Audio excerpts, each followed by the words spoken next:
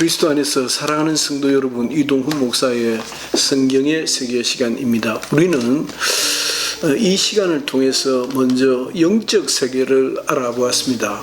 성경을 또 신구약 알아보고, 그리고는 물질에 관한 세계, 물질의 세계를 우리가 어떻게 이해해야 할 것인가 라고 하는 주제를 가지고 지금까지 왔습니다. 오늘은 금주 두 시간은 환경오염과 또 인구 증가의 문제에 대해서, 사실은 인구 감소의 문제까지도 포함됩니다만은 이와 같은 인간 삶의 주변에 대해서 좀 살펴보고 일단 마무리를 좀 할까 합니다. 그리고 다음 시간에는 이동훈 목사의 성경의 세계 큰 후반부에 해당되는 인간의 물리적 삶, 물질적 삶, 경제적 삶을 어떻게 성경적으로 총평할 것인가 하는 것을 월요일, 수요일 살펴보고 마무리를 할 수 있도록 하겠습니다. 오늘은 먼저 환경오염의 문제를 한번 생각해 보았으면 합니다. 다시 말하면 환경오염은 우리가 상수도가 있고 하수도가 있듯이, 상수도는 완전히 서로 다른 개념이지 않습니까? 상수도는 사람의 입 속으로 들어가는 맑고 깨끗하고 청명한 물이고, 하수도는 버리는 물입니다. 못 쓰는 물입니다. 이게 쓸모없는 물이기도 합니다. 말하자면 환경오염의 문제는 현대 문명의 쓰레기를 어떻게 할 것인가 하는 큰 화두의 문제입니다. 첫째, 창세기 1장 28절에 있는 하나님께서 사람을 지으시고 그 사람에게 생육하고 번성하여 땅에 충만하라, 땅을 다스리라, 땅 위에 있는 모든 것과 땅 아래에 있는 것과 물속에 있는 것들마저도 정복하고 다스리라, 지배하라고 하는 인간 경영의 문제를 다루고 있습니다. 이건 결코 쉬운 문제는 아닌데, 창조 원리에 대해서, 창조 섭리에 대해서, 창조의 원칙에 대해서 우리가 어떻게 이해를 해야 할 것인가 하는 화두를 담고 있습니다. 몇 가지로 좀 나누어서 살펴보면, 첫째, 창세기 1장 28절이 말씀하고 있는 것에 대한 우리의 그 성실함 혹은 충실함에도 불구하고 자연에 대한 인간의 통제와 지배를 오해했다라고 하는 점입니다.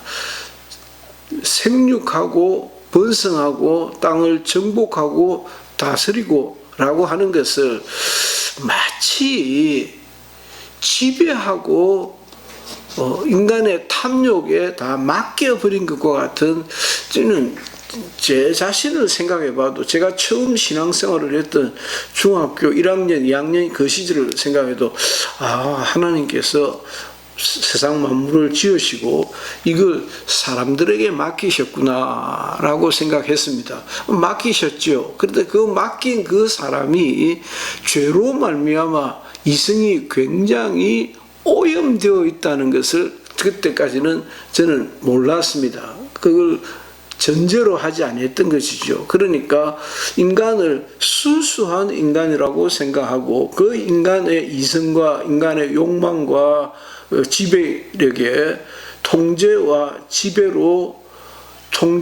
지배를 해도 괜찮다, 오케이, 하나님이 허락하셨어 라고 오해를 했다라는 점입니다. 두 번째는 인간의 통제와 지배권과는 괴리와 오해가 있었다 하는 것인데, 그 이유는 인간이 타락 이후에 이성과 판단과 지각이 다 오염되었다, 타락하고 오염되었다는 것을 전제로 하지 않기 때문입니다. 이건 굉장히 중요합니다. 타락 이전과 이후가 중요한데, 타락 이전만큼 이후도 중요하다는 것입니다. 인간을 이해하는 데 있어서는 어쩌면 타락 이전에는 순수한 상태의 인간은 죄로 오염되기 이전의 인간에게는 오류가 없었다. 인정할 수 있습니다. 그러나 그 오류 없는 인간은 아담과 하와 이후 바로 없어져 버렸기 때문에 인간에 대한 바른 이해는 오류 이후의 인간이 더 중요하다라고 할 수 있을 것입니다. 세 번째, 생활 수준의 향상이 몰고 온 환경 파괴를 우리는 인정하지 않을 수 없습니다. 환경 파괴의 핵심은 뭐냐? 하나님의 창조 질서에 복종하고 순종하는 결과다라고 하는 것이 아니고 죄로 말미암아 오염된 인간의 욕망과 탐욕과 이기심의 결과다라고 하는 것입니다. 다시 말하면 제가 최초 말씀하신 것과 같이 현대 문명의 찌꺼기는 죄로 말미암아 오염된 인간 오성의 결과다라고 하는 점입니다. 그래서 생활 향상이라고 하는 그 미사 요구는 생활 향상이지요.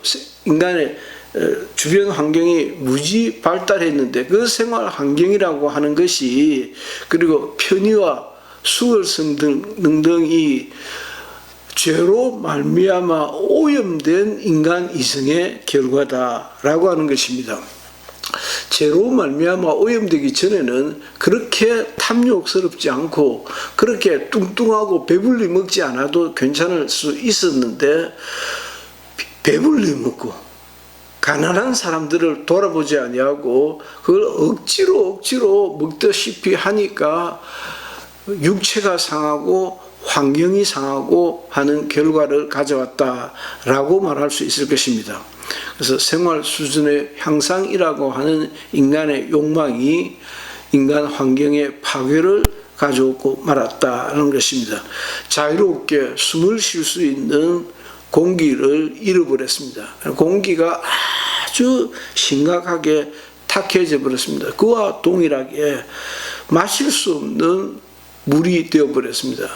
그래서 심산유곡이 아니면은 깨끗한 물을 마실 수 없고 다시 이거 수도국으로 옮겨진 오염된 물은 정화라고 하는 또 인위적 과정을 겪어야 했습니다. 그래서 상수도가 안전히 위협을 받고 과도한 농약 살포와 분비물 그러니까 소, 돼지 같은 축산식품에 의한 인간의 욕망이 제어가 안 되니까 끝없이 문명을 개발하고 개간한다고 하는 것이 주변 환경을 끝없이 파괴시키고 오염시켰다. 그런 의미에서 감당이 안 되는 인간이 소위 보유하고 있는 환경으로서는 더 이상 감당이 안 되는 오염물질이 나왔다라고 하는 것입니다. 그와 똑같이 교통량의 증가도 마찬가지입니다. 어쩌면 저는 처음 신앙생활을 시작할 때 고신교단에서 성장했기 때문에 주일 성수에 대한 개념이 굉장히 남달랐습니다. 뭐 요즘하고는 비교가 안 되는 거죠. 그러니까 그 당시에는 아주 소박하게 그러니까 시찰회라고 하는 작은 지역 단위의 연합 활동들도 많았고 노회 활동들도 연합 성가 경연대회라든지 체육대회라든지 하는 것들도 아주 소박하지 않습니까? 많았었는데 버스를 탈 수가 없었어요. 버스를 안 타고 1시간이고 1시간이 넘도록 걸어서 교회 이동을 해야만 했습니다. 그래서 교통량의 증가로 인한 공기 오염도 지적하지 않을 수 없습니다. 이전 같으면 성경 말씀대로 살려고만 했다면은 아주 소박하고 검소하게 걸어다니고 얼마든지 적게 먹고 하면서 주변 환경을 덜 손상시킬 수 있을 텐데 인간의 욕망이 주변 환경을 많이 오염시켰다는 것입니다. 그것은 공기도 마찬가지입니다. 공기질, 기후변화에 따른 북극 빙하의 녹음과 기후조정, 2022년을 살아가고 있는 우리들은 금년 한 해 건국 이후에 기상 변화가 건국 이후에 최대 강수량을 보였다. 이런 말도 듣게 되고, 그러나 100년 더 되는 시간에 그 많은 비가 쏟아졌다는 것입니다. 야, 이거 뭐야? 우리만, 대한민국만 그런 것이 아니고, 전 세계가, 그러니까 지금 ING, 현재 진행형으로 우리가 보도를 접할 수 있는 것은 유럽 각국에서 라인강이 메말라가고 있다. 유럽의 주요한 강들이 메말라가면서 그 강에 침몰했던 독일의 그 군함이라든지 수장되어져 있던 고대 유적들이 밖으로 드러나는 그런 경우들이 계속 보도가 되고 있습니다. 그만큼 강물이 메말랐다는 것이, 야, 이거 어떻게 되려나 하는 걱정이 됩니다. 그러니까 아프리카 지역은 말할 것도 없고, 유럽 지역까지도, 아메리카 지역까지도 이와 같은 보도들을 계속 우리에게 알려주고 있습니다. 이와 같은 것들은 인간의 생활 환경이 더 향상되어졌다, 좋아졌다라는 것도 일면 사실이지만은 인간의 욕망이, 오염된 이성이 욕망을 부채질했다라고 봐야 더 정직한 지적이다라고 하는 점입니다. 네 번째는, 이와 같은 환경오염의 문제는 인간성이 얼마나 악하다는 것을 간과했다라고 하는 것을 지적하지 않을 수가 없습니다. 그러니까 성선설, 성악설, 우리가 이따금 그렇게 논쟁을 붙이듯이 인간이 얼마나 악할 수 있는 것에 대해서 우리가 짐짓 좀 잊어버리고 있었다. 그것을 예사로 생각했다. 그래서 인간이 점점 악하게 하나님을 알려고도 하지 않고 하나님을 섬기지도 않고 부모를 섬기지도 않을 뿐 아니라 감사치도 않을 뿐 아니라 점점 이웃에 대하여 무관심해지고 착취하고 살인하고 죽이고 전쟁을 일으키는 것들이 우리 주변에 다반사가 되어져 갔다. 그러한 것들이 지금 러시아와 우크라이나의 전쟁만 해도 그렇지 않습니까? 그거 러시아를 말릴 수가 없는 거예요. 왜냐하면 핵을 가지고 있으니까. 핵을 가지고 있으니까 유럽 전체가 달려들어도, 미국이 달려들어도 저걸 어떻게 말릴 수가 없는 거예요. 핵무장을 한 나라를 컨트롤하기가 그렇게 힘들다는 것입니다. 인간의 악함이 간과된 결과다라고 하는 점입니다. 다섯 번째는 기독교 문명에 대한 재해석이 필요하다. 재해석의 필요성이 대두되었다라고 하는 것입니다. 첫째로는 창세기 1장 28절에 대한 재해석을 요구하고 있는 것입니다. 자연에 대한 착취가 아니고 하나님께서 사람을 지으시고 그 사람에게 생육하고 번성하여 땅에 충만하고 땅에 번성하고 그리고 그 만물을 다스릴 수 있는 은혜를 베푸셨는데, 이것은 착취라는 개념이 아니고 관리 개념으로 봐야 한다. 하나님이 지으신 것을 사람에게 청지기로 삼아서 맡겨주신 것이다. 맡겨서 관리하게 하신 것이다 라는 것입니다. 그래서 자연주의 신학에 대한 관심이 자연주의 신학을 어떻게 봐야 할 것인가 라고 하는 최초의 관심이, 그러니까 그것을 초기 자연주의 혹은 후기 자연주의로 나눌 수 있을는지 모르겠습니다. 나누어야 좀 더 이해가 쉽지 않을까 싶은데, 초기 자연주의는 하나님이 지으신 만물에 대한 관리라고 한다면, 후기 자본주의는 산업혁명 이후에 오염된 공기, 오염된 수질, 오염된 환경을 하나님의 형상의 모양을 따라 지음을 받은 인간이 어떻게 관리해야 할 것이냐 하는 문제로 바뀌어졌다라고 봐야 한다라는 점입니다. 두 번째는 이와 같은 관리의 문제는 자연과의 조화가 필수적이다. 자연과의 조화를 염두에 둬야 된다. 다시 말하면 인간과 자연이 공존하는 그런 환경으로 보아야 한다. 사람에게 끝없이 무한대로 인간의 욕망에 그릇된 탐욕에 맡겨진 자연이 아니라 자연과 우리의 후손들이 함께 공존할 수 있는 세상으로 발전되어져 가야 한다라고 하는 개념이 신학자들에게서 먼저 나왔고, 그것이 중세 수도원에게도 시대에도 수도사들에 의해서 수도사들의 근검 전략, 금약 생활 이런 것들로 인해서 얼마나 적게 먹고 살 수 있는 것에 대해서도 발견하기 시작했고, 얼마나 섬기는 삶을 디아코니아라고 하는 섬기는 삶에 대한 어떤 눈이 떼어졌다라고 하는 점도 하나의 변화라 할 수 있겠습니다. 세 번째 제가 좀 힘주어서 얘기하고 싶은 것은 문명이 발전하면서 동서양의 구분이 이제 흐려지기 시작했습니다. 그렇게 동서양의 자연 이해에 대한 이해가 동양적인 사고를 좀 할 필요가 있구나. 서양이 창세기 1장 28절을 보다 더 적극적으로 인간 중심의 탐욕적으로 이해를 했다면 동양은 보다 더 자연주의적이지 않는가 싶습니다. 그래서 동서양 자연 이해의 만남과 조화라고 할 수 있을 것입니다. 그래서 자연 속의 인간과 자연의 공존, 공생, 공영을 우리가 염두에 두어야 했고, 신학적으로도, 기독교 신학적으로도 인간이 자연 속에서 하나님이 지으신 자연 속에서 어떻게 그 하나님의 형상의 모양을 닮은 창조의 기능들을 제대로 잘 발휘할 수 있겠는가라고 하는 자연 속의 인간, 자연과 공존하는 인간, 자연과 공생하는 인간에 대한 아이템이 떠오르기 시작했다라고 하는 점입니다.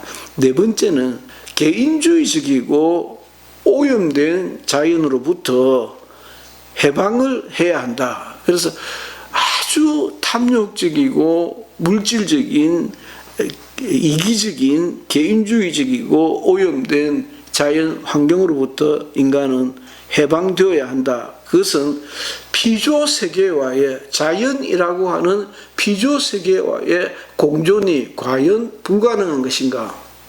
이 지구촌이 언제까지 머물러 있을 것인가? 라고 하는 보다 더 심층적인 질문을 하기 시작했다라고 하는 점입니다. 그래서 자연이라고 하는 것이 권력을 가지고 능력 있는 똑똑한 사람들만의 전유물이 아니고 인류의 공동자산이라고 하는 그런 공영의 개념, 공존의 개념이 확대되기 시작했습니다. 그래서 인류의 공동자산으로서 정부와 세계 정부의 개입을 필요로 하고, 또 유엔이라고 하는 세계 정부가 있어서 그 유엔이 양보해야 될 것은 양보하고, 또 함께 의논해야 될 것은 또 함께 의논하고 하는 더 나은 자연 환경의 보존과 관련한 정부의 보다 적극적인 역할 확대가 필요하다라고 하는 점을 말씀드리지 않을 수가 없습니다. 그래서 유네스코 같은 곳이 그런 것 아니겠습니까? 유네스코를 통해서 제대로 학습이 안 되는 아주 가난한 나라의 그 저소득층들을 어떻게 공부를 좀 더 시킬 수 있으며, 그 공부를 시켜가지고 가난에서 좀 탈피할 수 있으며, 따라서 자연 환경도 함께 좀 더 보존할 수 있는 길로 가야 하지 않는가라고 하는 화두가 떠오르기 시작했다는 것입니다. 오늘은 8월 마지막 주간을 보내면서 월요일에 환경오염에 대한 문제를 잠깐 살펴보았습니다. 간단하게 우리가 여기에서 기독교 신학적인 차원에서 보다 더 전문적으로도 충분히 가능한 이야기지만은 청자 여러분들을 감안해 볼 때 그와 같이 보다 더 전문적인 지식보다는 환경에 대한 관심을 고조시키는 쪽으로 제가 운영을 해야 하지 않을까라고 지난 한 주간 생각을 좀 깊이 해보게 되었습니다. 이동훈 목사의 성경의 세계 시간이었습니다. 감사합니다.